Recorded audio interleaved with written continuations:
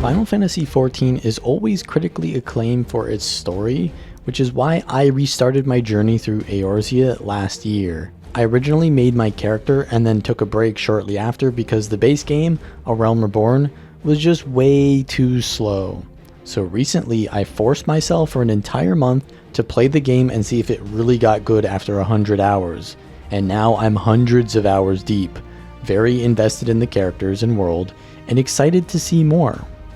However, not everyone sees it that way because it takes so long and so much effort to get invested in the story, but for many people, the moment it really clicks is by the first expansion to the game, Heavensward. But why and how does the developer Square Enix manage to make an extremely linear story in a massively multiplayer online game actually meaningful? To me, it's because of two things: the duty roulette system and strategic character progression. The first is very easy to explain. It's how they design story encounters around dungeons and trials, which require multiple players to queue up for it. This allows tension to build up from the battle music and the potentially difficult encounters that you need to work together with your team to overcome, which gives more emphasis to those pivotal moments in the story. But it's not just what happens during and after these big moments that matters to the meaningfulness of the story. It's the build up from long before, when the pacing is slow, but setting the stage for something bigger. Final Fantasy XIV Heavensward uses its characters to represent ideas, and these ideas are strategically placed in the story to support or oppose a particular theme, idea, or philosophy. Think of it like a chessboard. At first, it's uneventful as the pieces start to move into place, which is why some of the story sections really seem to drag on. But as the story progresses and the characters come into conflict with other characters, ideas, or themselves, they gain experiences, learn, and change or embolden their beliefs or ideas that they represent. Metaphorically, the chess pieces are all put into place ready to attack, and when the story conflict builds up towards a climax, each side starts to trade off their pieces until one has a clear advantage. There can be multiple moments like this in a story, but in Heavensward, there's a particular scene where Aymeric reveals a stone sigil of a dragon to solidify their truce with the dragons. This is the most profound scene in Heavensward because of how it organizes so many of these chess pieces or ideas into one moment and illustrates the true nature of the conflict all at once. But to understand how the characters or ideas change, we first need to explain how the Heavensward story progresses, so obviously spoilers are ahead. Heavensward starts out with us, the Warrior of Light, Tataru, and Alphino, a couple of those from our adventuring group before we'd been exiled from Ul'dah, in one of the top 10 anime betrayals of all time. But we find refuge through the welcoming of Horschfant from the noble Fortant family in the religious mountain city of Ishgard. The theme of this expansion can be interpreted from the multiple meanings of the phrase Heavensward, such as the people of Ishgard who guard or ward the heavens by holding on to their religious traditions despite the need for change. It could also have a more literal meaning because of the high altitudes that require us to ascend towards the heavens in the mountains of Dravania, but a mix of the two is how the story progresses. You see, the people of Ishgard are at war with the dragons and have been since ancient times. The original sin began when the Elezen, or elves, in the world of Final Fantasy XIV realized that dragon eyes contain an immense amount of power, and that by taking those eyes they can gain that power. And so that's what they did, but not without repercussions. The dragons struck back in vengeance when a group of Elezen stole an eye from them, and the chain of revenge continued until no one could remember why the war even started, just that they needed vengeance. The phrase, "an eye for an eye makes the whole world blind," takes on a very literal and metaphorical meaning here due to a chain reaction of revenge causing infinite amounts of pain. So we're introduced to our first opposition of ideas, revenge and peace. To end the chain of vengeance, someone needs to rise above their instincts, to morally ascend Heavensward to stop the fighting. This applies to more than just in-game. If you want peace, then it's going to cost you. You'll need to sacrifice something, whether it's your claimed possessions, your power, or if you want to force your opponents into peace, you'll need to sacrifice yourself or your people to go to war. When wars go on for so long, the price becomes so costly that both sides see no other option than victory as worth it to make up for the time and value invested into it. And while I know very little about what it's really like to be at war, I know that the pain of war is felt much more by the people forced to fight in the wars they didn't even start, and that sometimes it's necessary to sacrifice conquest to spare those who would blindly sacrifice themselves to that greater cause. Now Square Enix takes the Dragonsong War and starts putting its chess pieces or characters on top of these themes. I played a Realm Reborn as a Dragoon, essentially a dragon-themed polearm class, so while leveling up, I saw the story of Estinian, who's another Dragoon, but he's driven by vengeance because his family was killed when he was very young by the dragon Nidhogg. Estinian devoted his life to getting revenge on Nidhogg by becoming the Azure Dragoon, essentially one of the most powerful Dragoons of Ishgard, and in doing so, he gains possession of one of the Eyes of Nidhogg. The Eye of Nidhogg is not only a symbol of vengeance, but of power, and this is what both Estinian and Nidhogg will represent in the coming story. After reaching Ishgard, we meet Estinian again, and he's lost some of his edginess, but there's still a lot of it left. Through the eye, I feel much of what Nidhogg feels, and the dragon's thirst for vengeance will not be quenched by aught less than a sea of blood. We also learn that the people of Ishgard treat Archbishop Thordan as the highest seat of political power, and it's their belief that the dragons are the mortal enemies of Ishgard. In the real world, this is a very problematic tribalistic behavior that is by no means new, but which has definitely been amplified by the popularization of technology and social media.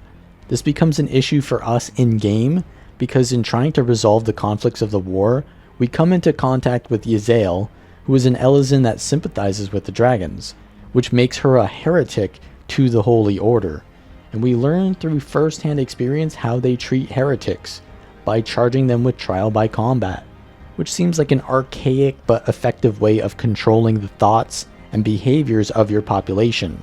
Fortunately, as the Warrior of Light, we're strong enough to overcome these charges of heresy and continue our journey in search of the truth. Yezael's character represents ideas on the other side of the spectrum, opposite Estinian, as she wants people to renounce their hatreds and scatter them like dust in the wind.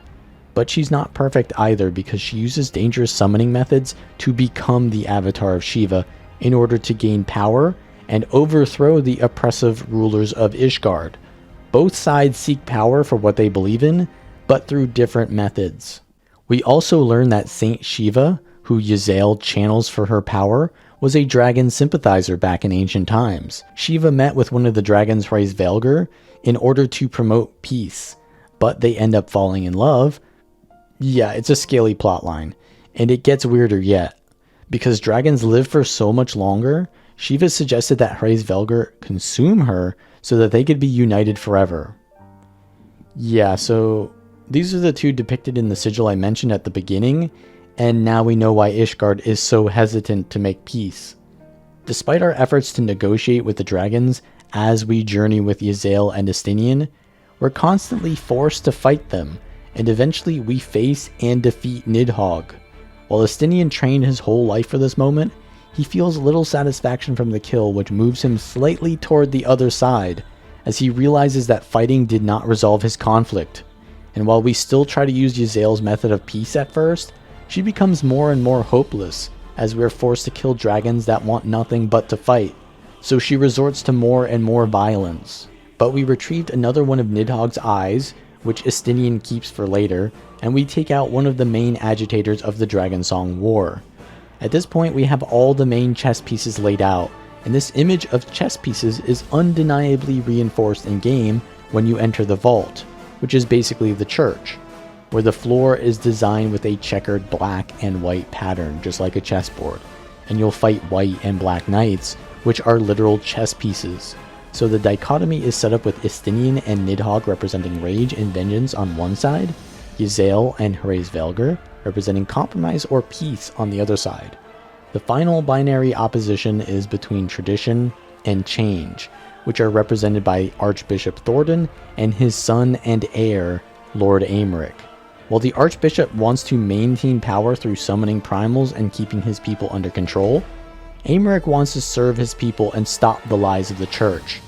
All of these sides vie for power, whether it's through the power of the dragons, the power of summoning, or in Aymeric's case, enlisting the aid of the Warrior of Light and Azure Dragoon. There's even more revelation to the lies of the Church, which have perpetuated this war just like Nidhogg's rage. So we go to confront the Archbishop, and then we experience the ultimate price. Just like it's necessary in chess to trade off or sacrifice pieces to make progress on the board, while chasing the Archbishop through the vault, we lose Haurchefant, who dies trying to protect us from a beam of light shot from one of the Heavensward. Losing Haurchefant was like losing a castle in chess, not because he was slow to get started or tunnel visioned, but because he was there defending us from the start. And the sacrifices don't end there. Much blood has been spilled in my name. And for what? For a false cause that I created for want of the warmth of companionship. But even now, I cannot let go of my dream. My dream of a tomorrow in which no child need freeze alone in the snow.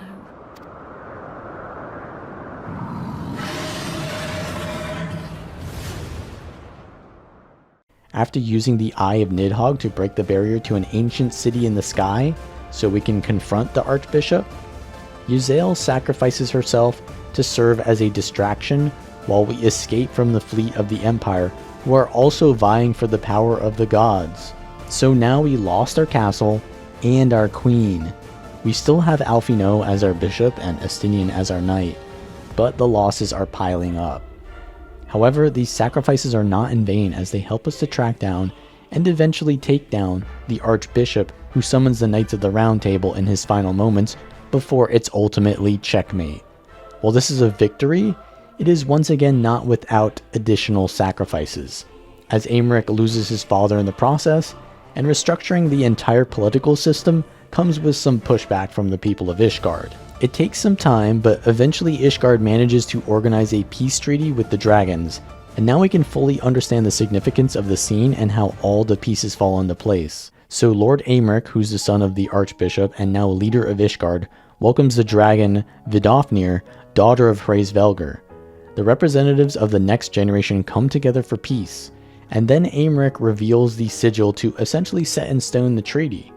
It's an image of Shiva and Hraesvelgr intertwined. If we look closely for the symbolic meaning, at the top of the image, the two entities, the Elezen and the dragon, are fully separated, but as you look further downwards, they become fused together by the center of the sigil, and by the very bottom, they are exactly symmetrical and helix or DNA shaped. This represents the sacrifice both had to make to become united. One had to be eaten, and the other had to sacrifice their beloved to an early death. They lose their individuality or loved ones for a greater cause or a better future. This image mirrors the past to the present moment with Aymeric and Vidofnir. Aymeric had to sacrifice his father for change, and the dragons needed to sacrifice Nidhogg to prevent the endless chain of vengeance from continuing and to stop the needless killings of the war. But Estinian, unable to handle the power of both of Nidhogg's eyes, becomes corrupted and loses control of his body to Nidhogg's will.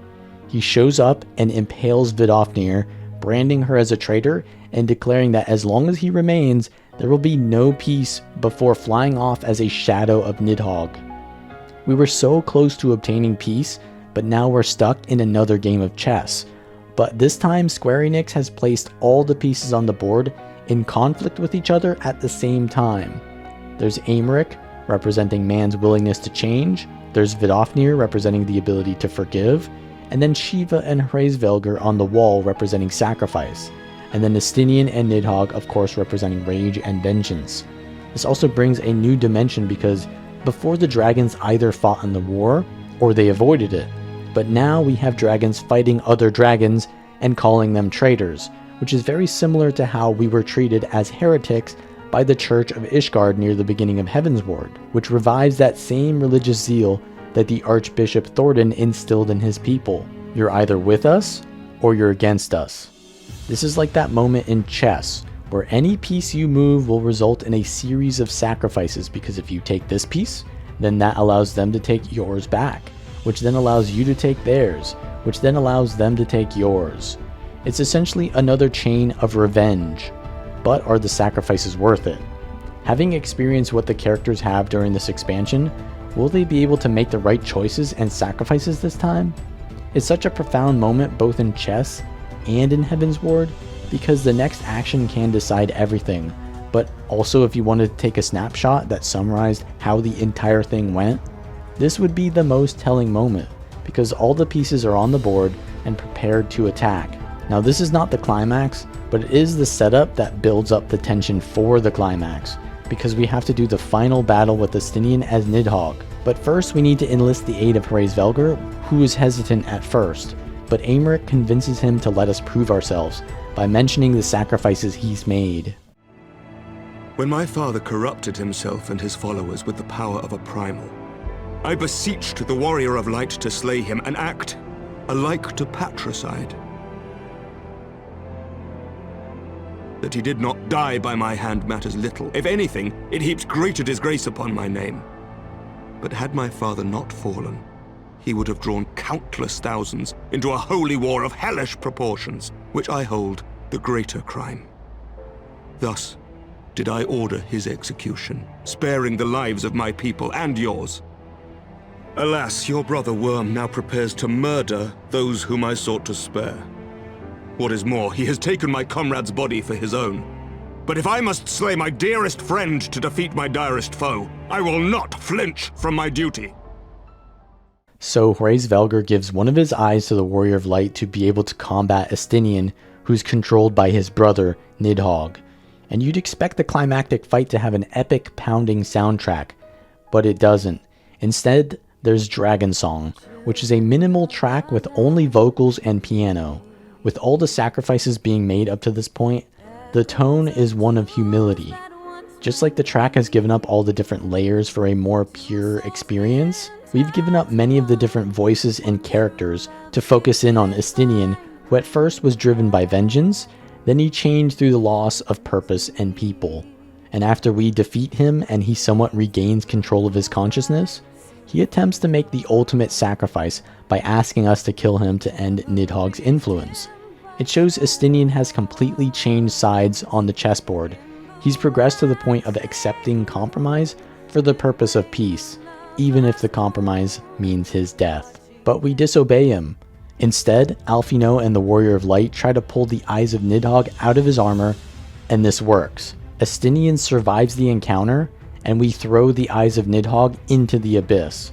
But here we don't compromise. We don't do as Aymeric had said earlier to Heavensward, that we must slay our dearest friend to defeat our direst foe.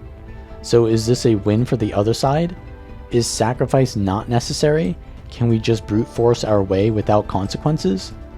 It can seem like the conclusion is brushed off by the justification of the power of friendship, but there is one final patch of Heavensward which leads into the Stormblood expansion story. The eyes of Nidhogg are reclaimed from the bottom of the abyss and used by Ilberd, the villain who helped in betraying us in the pre-Heavensward patch that resulted in our exile from Ul'dah, to make a literal demonic sacrifice, which leads to Papalymo, another member of our adventuring group, sacrificing himself to counter the demonic summoning, which doesn't even fully get the job done. So while we don't lose Estinian, there's a greater price we need to pay later on as the eyes of Nidhogg create a bigger problem. Everything has its trade-offs, whether we pay it now or later, and a well-written story might sacrifice its pacing to set up plot points for a more meaningful and exciting story later on. And this is why Final Fantasy XIV's story is so good. The characters not only have their own progression and history, but they represent ideas that are relevant to everyone, and the strategic back and forth between the character conflicts keeps you wondering what is important or what is right. Maybe there is no right or wrong path. There are only choices and trade-offs we need to make, and understanding this helps us to decide which chess pieces we personally want to move, which we want to take care of, and which we want to sacrifice. But if you like this content, then please like the video and subscribe for more. Let me know what your guys' favorite moment in Heavensward was, or if you'd like to see me do a video on my experience of the Stormblood or future expansions. Check the description to see other videos on Final Fantasy XIV, and I will see you all next time. Children of the land, do you hear echoes of truths that once rang clear? Two souls intertwined, one true love they did find, bringing land and heavens near.